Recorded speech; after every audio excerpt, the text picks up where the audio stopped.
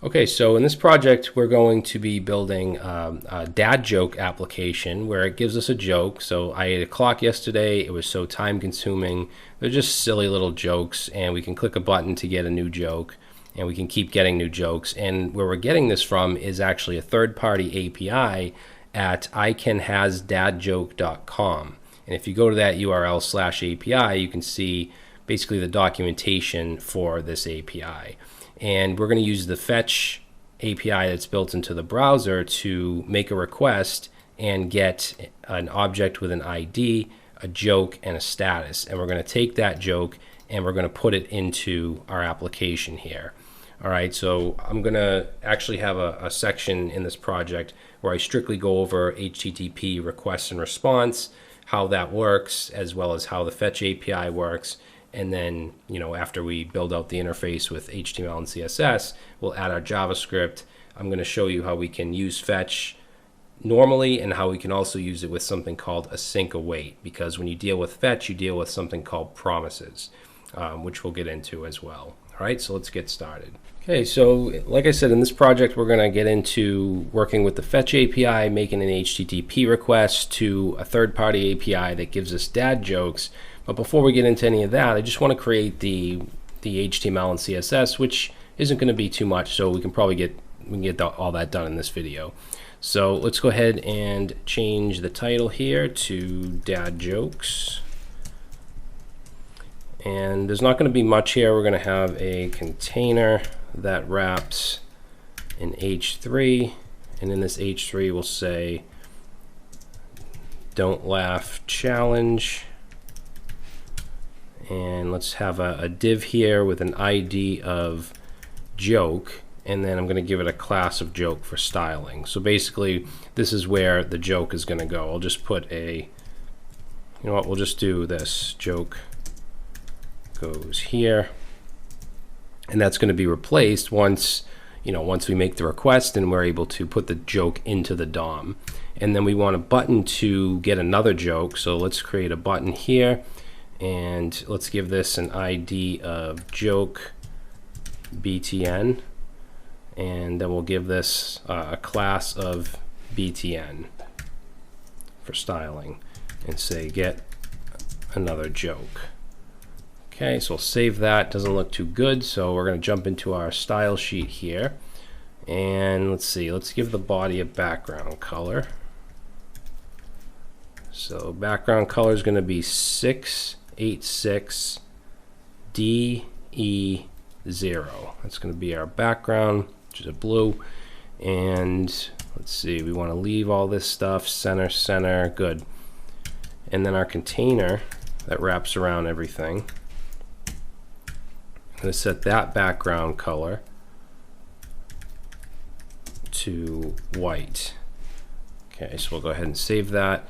Some other things we want to add to this container is a border radius, so we can give it some rounded corners. Let's do 10 pixels, and I'm going to add box shadow. I'm going to add 2 shadows, which I'm actually just going to paste in here.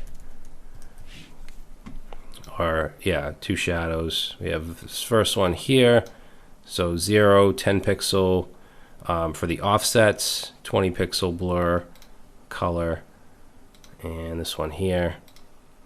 So if we save that, you can see we have rounded corners and we have a bit of a shadow. Now we need some padding to take all the content away from the edges there. So let's do 50 on the top and bottom, 20 on the left and right. And then let's align everything, text align to the center. And let's set a max width to 100%. And I'm going to set the width to 800 pixels. And let's actually add a little bit of padding on the body just so we have some space on the side on these small screens. So I'll say padding 20 pixels. All right, now for the content in the container, let's do the H3. So H3, I'm going to set the margin to 0, and I'm also going to give it an opacity of 0.5. just to kind of give it that transparent look. And I'm going to set letter spacing to 2 pixels. Okay, now for the joke, so we have the class of joke, which right now just says joke goes here, but this will be the joke that we fetch from the API. So I'm going to set this font size to be 30 pixels. And let's set the letter spacing. I'm going to set that to 1 pixel. And I'm going to set the line height to 40 pixels. And margin is going to be 50 on the top and bottom. And we'll say auto on the left and right, so it gives us plenty of room. And give it a max width of 600 pixels. Okay, so that's the joke. Now the last thing we have is the button. So that has a class of btn, and I'm going to give that a background color. Let's say background color, and that's going to be hexadecimal number, which is going to be 9F68E0. So purple color, and border will be 0. And let's set the border radius on the button to 10 pixels. Okay, let's make the color white. Actually, I'll move that up there. And let's give this a box shadow as well, which I'm going to just copy. Okay, there we go. Now we obviously need some padding there and change the font size. So let's set, for the padding, we'll do 14 top and bottom, 40 left and right. And let's up the font size. Say 16 pixels. Okay, that looks pretty good. Let's add it, make sure the cursor is a pointer, and that should do it. So now we have our button. We want to get rid of that outline, so let's say btn, when it's in its focus state, we want the outline to be 0, so we don't have that ugly outline. And when it's active, when we click it, we'll just make it scale down a little bit. So let's say class button. When it's active, meaning when we click and hold, we want to add a transform effect. And we're going to use scale. And let's scale it from 1 to 0.98. So it'll just go down a little bit, like that. Okay, so that's good enough for the styling. In the next video, we're going to get into the Fetch API. I'm going to talk a little bit about how that works. I know a lot of you guys already know this, but just for those that don't, it's important to understand at least the very basics about how Fetch works and how HTTP requests work. All right, so this is the first project where we're actually working with a third-party API using Fetch to make an HTTP request. So I'm just going to go over a little bit of this before we get into the next video and write our JavaScript. So the API we're working with, and API is just Application Programming Interface. We're working with something called the JSON API. It serves JSON data, which is essentially like a JavaScript object. It looks like this. So curly braces. JSON does use double quotes on the keys and the values, but you can see this is just an object with an ID, a joke, and a status. So if we make an HTTP request, a GET request to this particular URL, we should get something like this. Now, there's a few different formats. The default is going to be HTML, and we don't want that. We want application/JSON. So to get that, we actually have to send a header, because when you send HTTP requests, you can send headers, and we want to send a header of accept equal to application/JSON. And there's many different ways to make requests. We're going to be using Fetch within our application. You could even use curl, which is a terminal program. So actually, I'll just show you real quick. Let me open up a new terminal here. And if I paste that in, so basically I'm just using curl to make a GET request to this URL, and I'm adding the header accept application/JSON. And if I do that, you'll see I'll get that object with an ID, a joke, and a status. And each call I make is going to be a different joke because they're random jokes, okay, with a different ID. So another really nice tool to work with APIs is Postman. And you guys don't have to download this or anything. I just want to show you that I can make the same request. So I'm going to make GET request to, I want to get rid of that, to this URL. And if I do that without adding the accept header value, I'm going to get HTML back. Okay, this is HTML. So I want JSON back, so I'm going to add in headers. For a key, I'll say accept, and for a value, it's going to be application/JSON. And if I send that, then I get JSON back. So I just get this simple object, just like you saw when I used curl. And as far as these methods, get just means you're getting data or getting something from the server. Post you typically use when you're submitting data. So if you're submitting like a contact form, or maybe you have an admin screen where you're adding a new blog post or something, that would be a post request. Put is used for updating data that's on the server, same with patch. And then delete is to delete data on the server. And then these down here, you don't really have to worry about. Those are rarely used, at least for this, the stuff that I do. So that's Postman, and you can download it if you want. I think it's getpostman.com if you want to mess around with it. But what we want to do is make that request from our application. And the way we can do that is with using the Fetch API. So the Fetch API provides a JavaScript interface for accessing and manipulating parts of the HTTP pipeline, such as requests and responses. And there's an example right here. And it doesn't have to be a third-party API like we're using. It could be your own backend. So you could build an API with like Express, Node.js and Express, or Python Django, or PHP Laravel, whatever it might be. Or you can actually get just standard JSON files with Fetch. It doesn't have to be some complicated API. Now, when you call Fetch to a URL, it returns a promise because it fetches the data asynchronously. So you have this .then when it finishes, and the Fetch API is a little weird because you have two .thens. The first one, you get the response, and then you say, well, I want the JSON data. So this is just an arrow function that we pass in, and we're saying response.json. And then we have another .then, because this returns a promise as well, and that gives us the actual data. So in this case, we would be logging the data that's in this movies.json file. So this is a GET request by default. If you wanted to make like a post or put request, you would pass in the URL just as we did above, but then you'd have this extra options value or object, and you'd pass in the method that you want. So in this case, it's a post request. And if you were submitting form data, you would pass that in the body. Like if you had a registration form with the name, email, password, that stuff would all go in the body.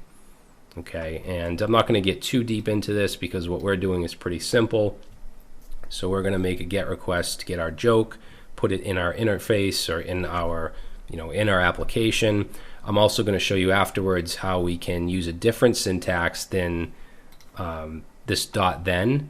So there's something called async await, which makes it a little cleaner, at least in my opinion, and I think it seems to be, the more popular thing to do when using promises is to use async await rather than .then, because this can get quite messy. So we'll look into that as well. So hopefully that makes sense. If it doesn't, don't worry about it. We're going to be doing a few projects with, dealing with APIs, dealing with Fetch. And there's also a library called Axios, which I actually prefer over Fetch.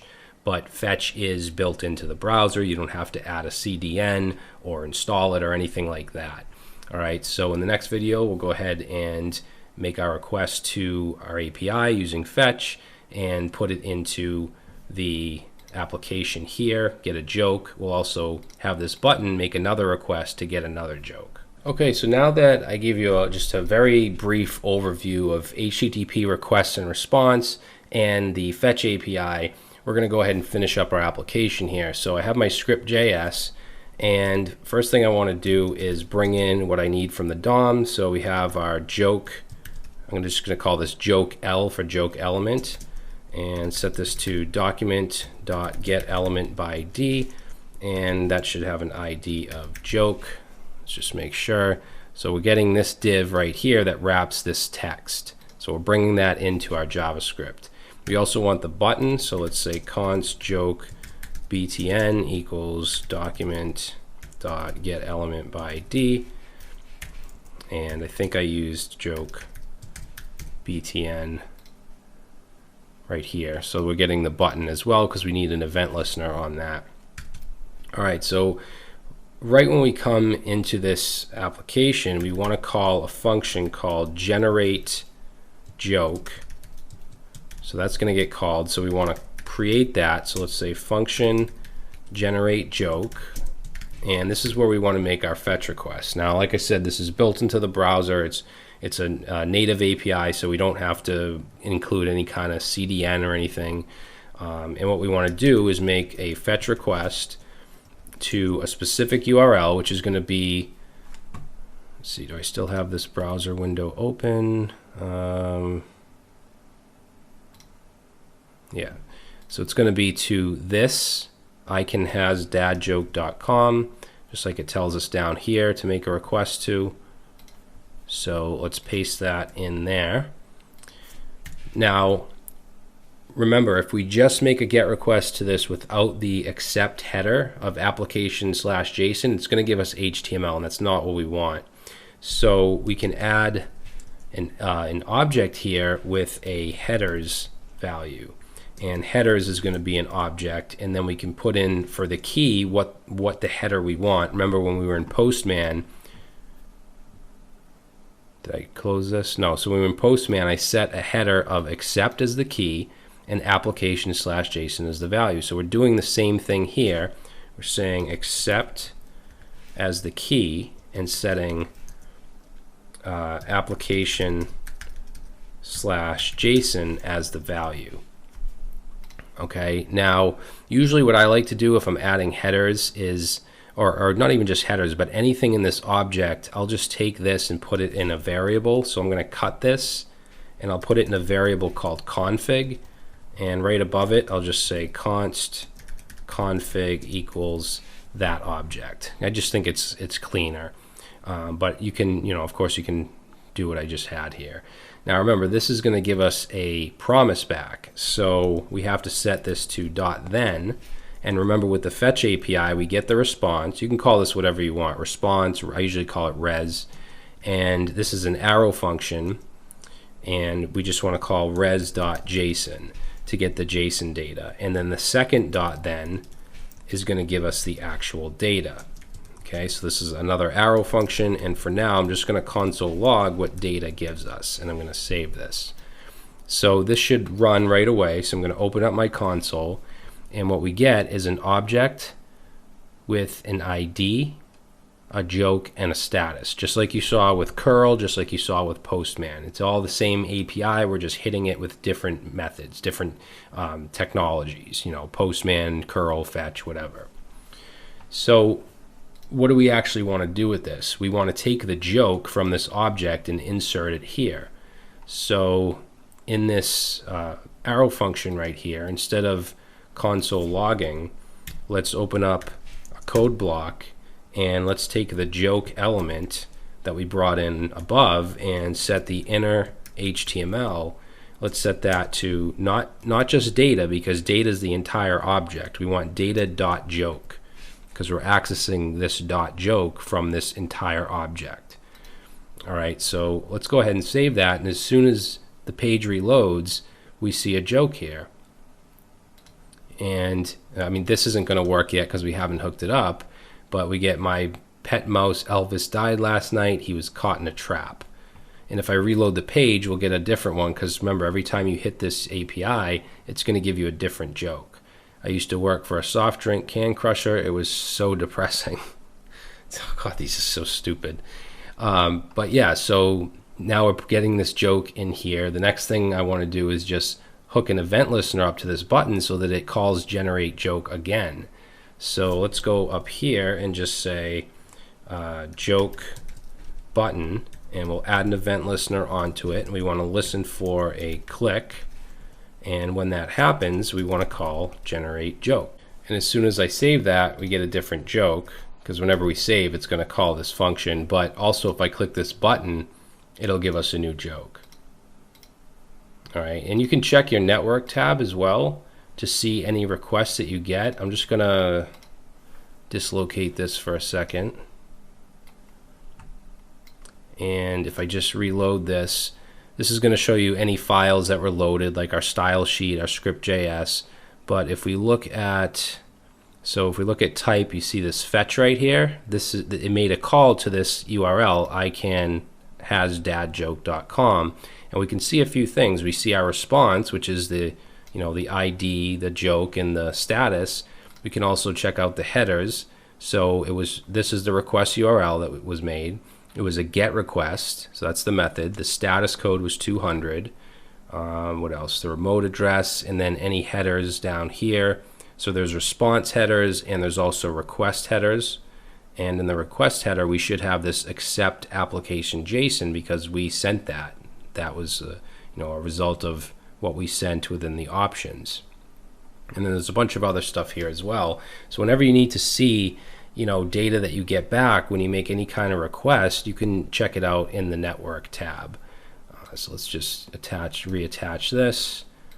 So that's pretty much it. Our application is very small and simple, but it works, and we are making a request to a third-party API. Now the next thing I want to show you is how to use async await, because personally I don't like this .then syntax. I think it looks kind of messy, and we can make it look like it's synchronous when it's really asynchronous, because we have to use this because this could happen while something else is happening. So the .then basically says when this is finished, then do something. So I'm going to actually I'm going to copy this and comment this out because I want to just do it again with async await. Now here where we make our request, I'm going to get rid of just everything here in the .then. And what we can do is set for this fetch right here, I'll set a variable called res response, whatever you want to call it, and set it equal to the fetch. Now remember, fetch is async, so we have to await until it's done fetching. So we use the await keyword. Now whenever you use await inside of a function, you have to label that function async. Okay, that's why it's called async await. The function you label async, and then any promises that you want to put into a variable, you're going to put this await before it. Now this is going to give us, just like we have down here, it gives us the response, but we need to call this res.json. So what we would do in this case, using the fetch API, we could set another variable called data, and we could set that to res.json. However, this also returns a promise, so we have to await on that. And then the data will be in that variable. So again, we'll just go down here, and I'm just going to copy this line, and I'm going to set that joke element in our HTML to data and then the joke value. All right, so I'm going to save that, and you can see it works the same exact way. I think that this looks better and cleaner because instead of the .thens, we're just basically setting what we get back from fetch into a regular variable, and then whatever we get back from res.json into a variable, and then we can just continue on. We don't have to have this inside of a .then. And it's all preference. Like I said, async await is very, very popular. You're probably going to see it more than not, at least in modern code. So definitely something to understand. I mean, you don't have to use it. If you prefer using .then, that's fine. I'm just going to put a comment here and say, we'll say using .then. Here we'll say using async await. Okay, so both of them do the same exact thing. I'll keep both of them here for reference. All right, so that's it. Pretty simple project, and we'll use this. This is kind of a foundation for any other projects that we use where we're making HTTP requests. Like I said, there's a library called Axios, which is what I prefer to use because it's easier to use. You don't have to do the toPromise thing, the res.json. Also, there's other things that you can do that are beyond the scope of projects in this course that I prefer. So we'll probably have a project using Axios later on. But that's it. Let's go ahead and get into the next one.